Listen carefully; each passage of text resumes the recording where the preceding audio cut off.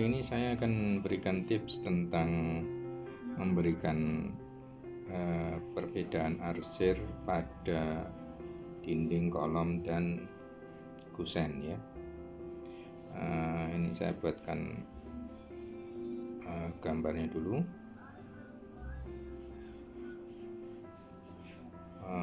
Sebentar,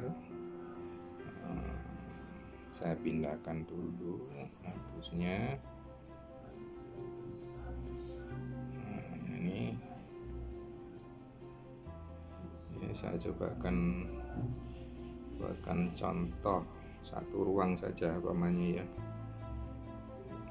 Ini sebagai contoh saja, nanti analognya bisa saudara lakukan dengan menggunakan penerapan yang lain. Ini umpamanya ada sebuah kamar mandi ya, biasanya di sini ada kusen, kemudian ada kusen. Coba saya bedakan saja ya, untuk kusen ini sama dinding, atau kita selesaikan dinding dulu aja ya, kita selesaikan dinding dulu aja. Umpamanya begini, ada batasnya. Nah, untuk arsiran kolom itu biasanya penuh ya, kita arsir full saja pada kotak kolom ini yang kita arsir full ya, penuh dengan warna hitam. Jadi kalau kelihatan di arsir ini penuh gitu ya, jadi Anda tidak perlu ragu, arsir saja sampai penuh, meskipun nanti dalam detailnya sebenarnya tidak boleh diarsir begini kalau dalam skala yang lebih besar ya, detail. Nah, sedangkan untuk dinding ini seperti ini biasa ya, seperti biasa kita lakukan seperti ini. Nah, di sini biasanya ada jendela di atas ya, nanti ada jendela di atas. Ini dinding juga. Nah, ini juga gitu ya, ya seperti arsir dinding biasa, mungkin Anda sudah tahu, cari tahu. Cuman kalau karena ini kamar mandi, sifatnya dinding biasanya trasram ya, ini trasram, ini trasram ya. Trasram itu berarti campurannya bisa kedap air ya, di campuran kedap air ya, kedap air. Nah, ini biasanya di kode dikasih begini ya. Nah, seperti itu. Ini untuk trasram, untuk kamar mandi atau dinding-dinding yang kedap air itu biasanya nanti dikasih kode trasram begini. Jadi silangnya bolak-balik. Nah, selain arsir dinding tadi juga arsir bolak-balik ya, bolak-balik.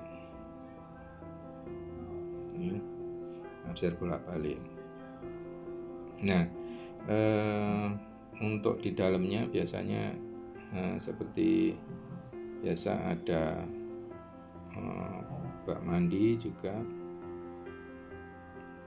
bak mandi. Terus di sini biasanya bisa kloset jongkok ya, ya sederhananya seperti ini. Nanti Anda sesuaikan sendiri, yang penting ini. Nah, kemudian ini arsiran untuk keramik, biasanya harus disesuaikan keramiknya pamannya 20-20 atau 25 terserah. Nah, untuk batas ini, batas bibir perbedaan antara lantai ini, lantai kamar mandi ya, coba saya bedakan dulu. untuk warnanya, biar tidak. Nah, ini lantai ruang ya. Ini kamar mandi. Nah, ini pelnya atau ini biasanya lebih tinggi ya guys ya, lebih tinggi, sedangkan gini biasanya min 0 namanya ini ya 0,05 gitu ya. Ini lebih, ini turun yang di sini, yang di kamar mandi turun. Nah, ini masalah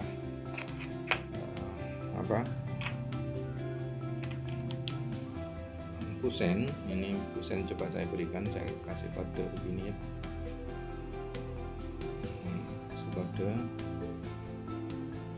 Ini ukurannya hanya sketsa saja, hanya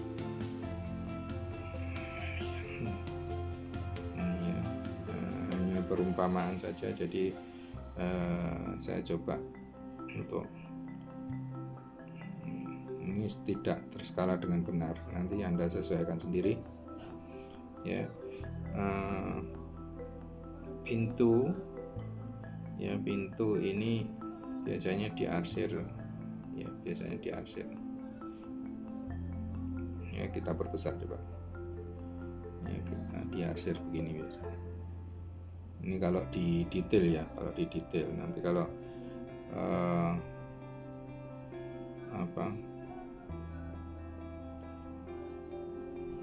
kalau di gambar detail biasanya kelihatan, tapi kalau gambaran biasanya tidak perlu ya.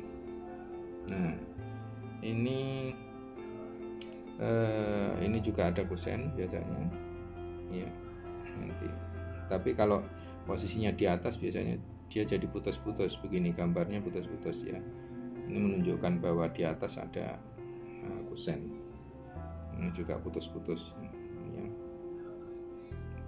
Jadi kusen ini gambarnya ya, gambar kusen ya, gambar kusen ini, gambar kusen ini, kusen di atas bagian atas garisnya garis putus. Nah tuh, nah ini arsiran silang ya, silang. Nah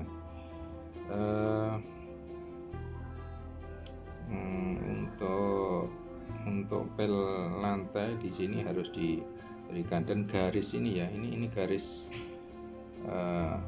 ini saya berikan, ini adalah garis batas, harus benar ya, garis batas antara ya, antara ketinggian lantai,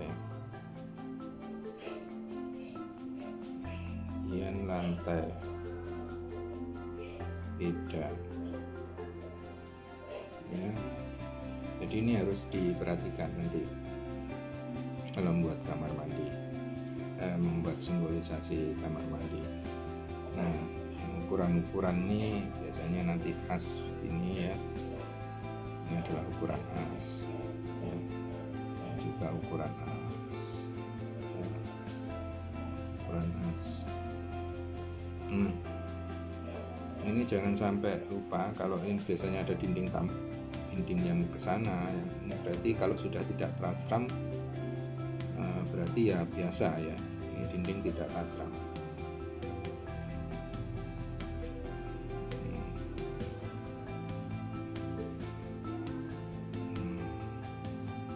Ini tidak terasram. Baik, itu tips singkat mengenai pembuatan notasi gambar untuk arsiran kamar mandi.